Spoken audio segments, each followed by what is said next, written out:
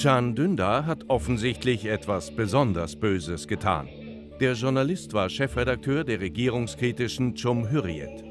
Die berichtete Ende Mai 2015 über Waffenlieferungen des türkischen Geheimdienstes an Extremisten in Syrien. Seit Monaten war ein von der Gendarmerie aufgebrachter Konvoi Gegenstand von Spekulationen und Beschönigungen seitens der Regierung. Die sprach von humanitärer Hilfe. Jetzt erbrachte Cumhuriyet den Beweis durch Videoaufnahmen. Hier sind die Waffen, die Erdogan leugnet, lautet die Headline. We are responsible towards the public, not the state. So I decided to publish it because it was a true story and its publication would be in the interest of the public. Durch die Veröffentlichung wächst die Sache zu einem internationalen Skandal und das kurz vor der Wahl. Damit rückt Dündar endgültig ins Visier von Staatspräsident Erdogan. Der stellt persönlich Strafanzeige und sagt öffentlich, dass Dündar einen hohen Preis werde zahlen müssen. Am 26. November 2015 werden Dündar und sein Ankara-Korrespondent Erdem Gül festgenommen. Die Staatsanwaltschaft wirft ihnen Spionage und Verrat von Staatsgeheimnissen vor. Weggeschlossen in einer Haftanstalt für politisch Unerwünschte, steht für Dündar sehr schnell seine Marschroute fest. Standhaft und unerschütterlich die Position der Wahrheit vertreten. Kein Nachgeben, kein Relativieren. They imprisoned you, but on the contrary, you are much more free in the prison to say something because you are not scared anymore of being arrested. And secondly, they force you to stay silent inside. But at the same time, they're offering a kind of podium for you, and your audience is much more greater than ever. Dündar besorgt sich in der Haft Papier und Bleistift und beginnt, seine Gedanken in einem Buchmanuskript festzuhalten. Diesen Bericht über seine Zeit im Gefängnis durften wir bei Hoffmann Campe verlegen. Und dieses Buch ist im besten Sinne aufklärerisch über die Verhältnisse in seiner türkischen Heimat. Und es zeichnet sich vor allem dadurch aus, dass Can Dündar eben nicht aggressiv und anklagend schreibt, sondern moderat und eher mäßigend. Und trotzdem, oder vielleicht auch gerade deswegen, hat eine Staatsmacht vor ihm gezittert und ließ ihn verfolgen. Das zeigt die Macht, die das gedruckte Wort haben kann.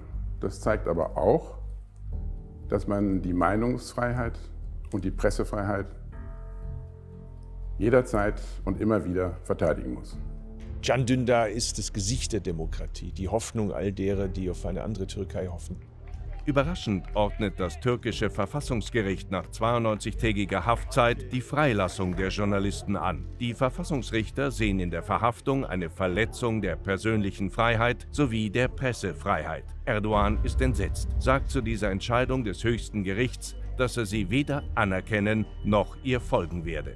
Since he wants to be a sultan for Turkey or the Islamic world, he dared to say that he won't obey the decision of the Constitutional Court, which is a crime for a president. Dann der Prozess. Anfang Mai 2016 werden Can Dündar und sein Kollege Gül zu knapp 6 Jahren Haft verurteilt. Ein Gericht in Istanbul befindet beide der Veröffentlichung geheimer Dokumente für schuldig. Wenige Stunden vor der Urteilsverkündung wird in einer Verhandlungspause auf Dündar geschossen. Vaterlandsverräter, ruft der Täter, bevor er von Dündars Frau Dilek und einem Berufskollegen entwaffnet wird. Zivile Sicherheitsbeamte nehmen den Mann fest. Das Regime hält es wohl nunmehr für das Beste, wenn Dündar nicht mehr in der Türkei weilt, sondern im Ausland. Seine Frau steht derweil unter Hausarrest. She was trying to come to Germany to visit me, but she was stopped by the Turkish police and her passport was confiscated. And I guess the Turkish government took her as an hostage just to punish me. But it would not help us to stay silent, you know, because she's courageous enough to talk under any circumstances. So do I. Noch vor dem gescheiterten Militärputsch verlässt Dündar für eine Auszeit die Türkei. Seine Anwälte raten ihm, nicht zurückzukehren, weil sein Leben nicht sicher sei. Der Umsturzversuch hat die Situation deutlich verschärft. und Erdogan spricht sehr offen von einem Geschenk Gottes. Doch auch unter diesen Umständen wird Erdogan Can Dündar nicht zum Schweigen bringen. Mit beharrlichem Widerstand gegen den Despoten ist er eine Symbolfigur der unterdrückten türkischen Presse. Can Dündar geht den unerschrockenen Weg der Wahrheit. Er dreht den Spieß, den die Regierung auf ihn richtet, um und macht standhaft und mutig seine Arbeit als Journalist. Er bleibt der Wahrheit und dem Recht der Öffentlichkeit auf ungeschminkte Information verpflichtet. There's no way that we can stop fighting, and we will find new ways to fight for our rights. So hopefully the other Turkey, as we call it, will be giving a voice from here towards Turkey, and this fight will end with our victory, I'm sure.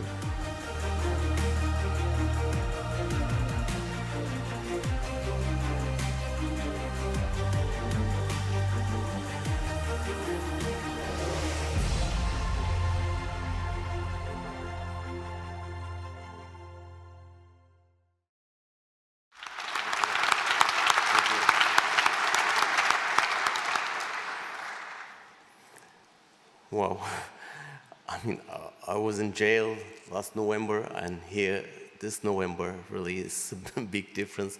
Thank you very much. I'm a bit excited, that's why, sorry. Mr. President, thank you very much. Yes. Thank you. Thank you. Distinguished guests, colleagues, Mr. President, ladies and gentlemen, humankind has witnessed a battle between good and evil for ages, between making and breaking, innocence and barbarism, the will to survive and the obsession with destruction, totalitarianism and democracy. This is a battle handed to us, and quite possibly one we will hand over to our children. History will judge us based on which side we took. Did we support the oppression or those who resisted it? Did we struggle for mankind's freedom or its enslavement? Did we listen to the voice of our conscience or our fears? These are the questions we ask ourselves today at this historic junction. A totalitarian power is dragging my country towards a one-man dictatorship and wields every resource of the state in his command. And millions, squeezed at the edge of a cliff, watch the looming powers of darkness. Few shout out, but most stay silent, worried. What we are defending isn't just our lifestyle, it's everything that's worthy for us, like human rights, a democratic country, freedom of the press, separation of powers, a rule of law, equality of the sexes, the only secular and democratic regime in the Muslim world, a member of the European Council, and Atatürk's Republic. What we are facing is a political leader who dislikes democracy, who cannot suffer critical voices, an enemy of a free press and the internet, and one is prepared to risk everything to become the single ruler of the country. He derives his power not only from a weak opposition, his propaganda machine, and his skills in using religion for political aims, but also from the indirect support of a silent Europe, brought by the threat of opening the gates for refugees. We, in the meantime, are forced to defend the Western values that we are fighting for, even before these Western governments who just watch this oppression. Now, imagine yourself in a poor family home in the southeastern Turkey for a moment. The mayor you elected with 55% of the votes has been arrested overnight and replaced by a civil servant.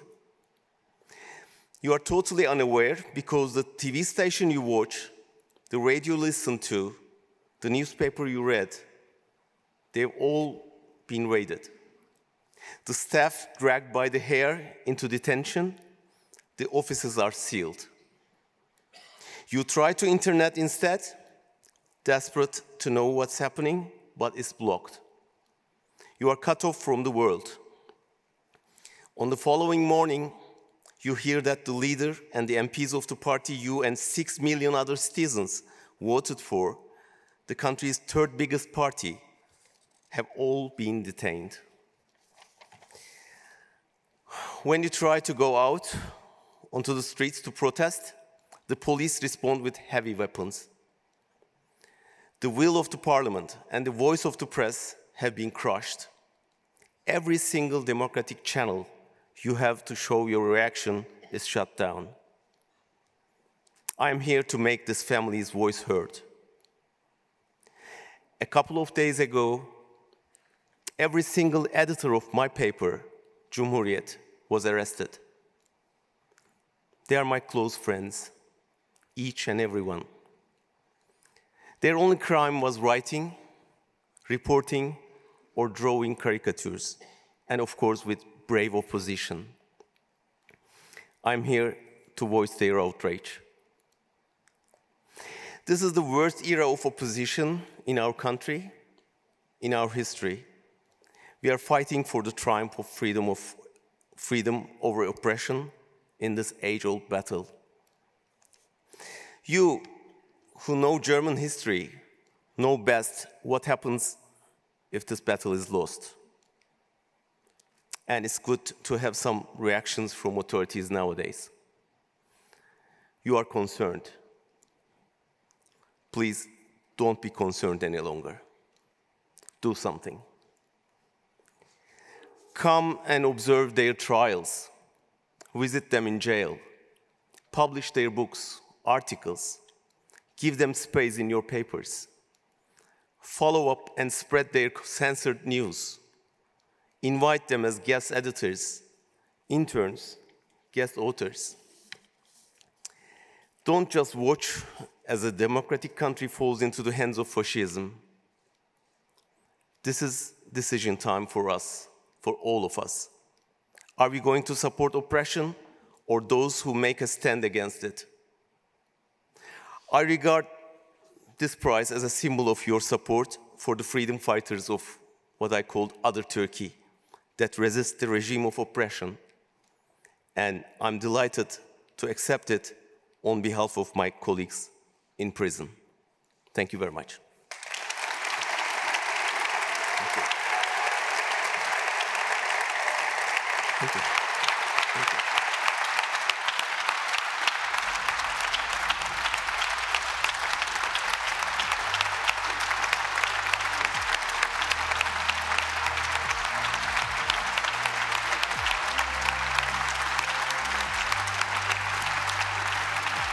Thank you so much.